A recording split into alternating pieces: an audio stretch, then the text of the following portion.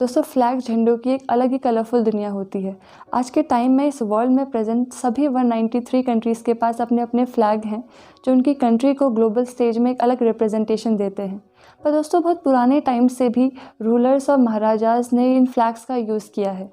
जैसे कि 327 BC में जब अलेक्जेंडर इंडिया में इन्वेड करता है तब वॉरफील्ड में किंग पुरु की आर्मी को एक हर्क्यूलिस इमेज वाला फ्लैग रिप्रेजेंटेशन देता है।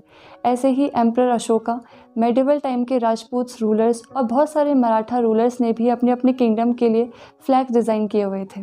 पर दोस्तों आज का वीडियो हमारे नेशनल फ्लैग यानी कि तिरंगा के एग्जिस्टेंस में आने के बारे में है। आज जिस ट्राई कलर को हम अपना नेशनल फ्लैग कहते हैं उसके एग्जिस्टेंस में आने की बहुत लंबी जर्नी रही है, तो उसी जर्नी को हम आज के वीडियो में डिस्कस करेंगे। तो चलिए वीडियो स्टार्ट करते हैं। A flag is not a mere piece of cloth. It is a symbol of a faith, family, dynasty, or a country. दोस्तों जब 1857 में ब्रिटिशर्स के against first revolt of independence लड़ी गई थी तब बहादुर शाह जफर ने पहली बार इंडिया के लिए फ्लैग रेस किया था। इस फ्लैग में ग्रीन और गोल्डन बैकग्राउंड के ऊपर लोटस और चपातीस को एज अ सिंबल बनाया गया था। फिर 1905 में एक और न्यू फ्लैग एग्जिस्टेंस में आता है। इस फ्लैग को डिज़ाइन किया था सिस्टर निवेदिता ने।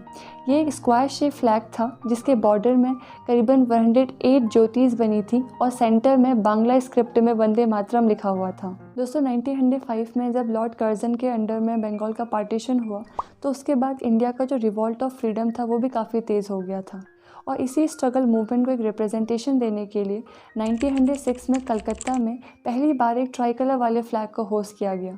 इस फ्लैग में ग्रीन, येलो और रेड कलर के बैंड्स थे। बीच वाली येलो बैंड पर वंदे मातरम लिखा हुआ था, ग्रीन बैंड पर 8 सफ़ेद कमल बने हुए थे और नीचे रेड बैंड पर सन और मून के सिंबल्स थे। दोस्तों फिर 1907 में एक और फ्लैग का इमर्जेंस होता है जो काफ़ी हद तक 1906 में आए फ्लैग के सिमिलर था, पर इस फ्लैग को इंडिया के रिवॉल्ट ऑफ फ्रीडम में काफ़ी इंपॉर्टेंस दिया जाता था क्योंकि ये पहला फ्लैग था जिसको किसी फॉरेन लैंड जर्मनी में होस्ट किया गया था और इसको होस्ट किया था मैडम भिकाजी रुस्तम कामा ने 1907 में। इस फ्लैग में 3 कलर के बैंड्स थे, पहला सैफरन, फिर येलो और सबसे नीचे ग्रीन। दोस्तों फिर 1916 से 1918 के बीच जो होम रूल मूवमेंट चला था तो उसी टाइम 1917 में बाल गंगाधर तिलक और एनी बेसेंट ने एक और फ्लैग लॉन्च किया। इस होम रूल फ्लैग में 5 रेड और 4 green horizontal lines alternately arrange की गई थी और साथ ही साथ 7 ग्रुप्स ऑफ स्टार्स को भी अरेंज किया गया था सप्तऋषि कॉन्फ़िगरेशन में। दोस्तों फिर आता है 1921। इस साल में पहली बार गांधी जी के द्वारा डिसाइड किया हुआ एक कोई फ्लैग एग्जिस्टेंस में आता है। इस फ्लैग में सबसे टॉप में वाइट कलर, मिडिल में ग्रीन कलर और बॉटम में रेड कलर रखा गया था और सेंटर में एक चरखे का डिज़ाइन दिया गया था जो तीनों कलर्स को टच करता था।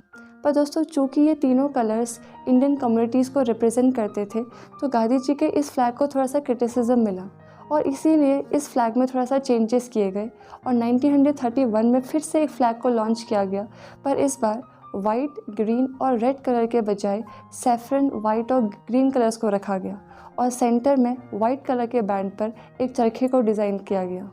दोस्तों फिर फाइनली जब 1947 में लॉर्ड माउंटबेटन की तरफ से इंडिया को इंडिपेंडेंट करने का डिक्लेरेशन आया तो फिर इंडिपेंडेंट इंडिया के लिए नेशनल फ्लैग बनाने का डिसाइड किया गया। तो फिर डॉक्टर राजेंद्र प्रसाद जी की लीडरशिप में नेशनल फ्लैग की डिज़ाइनिंग के लिए एक कमेटी बनाई गई। फिर बहुत सारे सजेशंस और बहुत सारे डिक्लेरेशंस के बाद फाइनली नेशनल फ्लैग का प्रेजेंट वाला फॉर्म डिज़ाइन किया गया जिसमें चरखे के बदले अशोक चक्र को जगह दी गई और फिर 22 जुलाई 1947 को हमारी कॉन्स्टिट्यूएंट असेंबली ने इसी फ्लैग को इंडिपेंडेंट इंडिया के लिए नेशनल फ्लैग के फॉर्म में एक्सेप्ट कर लिया। तो दोस्तों ये इन्फॉर्मेशन था कि कैसे हमारा नेशनल फ्लैग एग्जिस्टेंस में आया। आई होप आपको ये वीडियो अच्छा लगा होगा। Thank you for watching.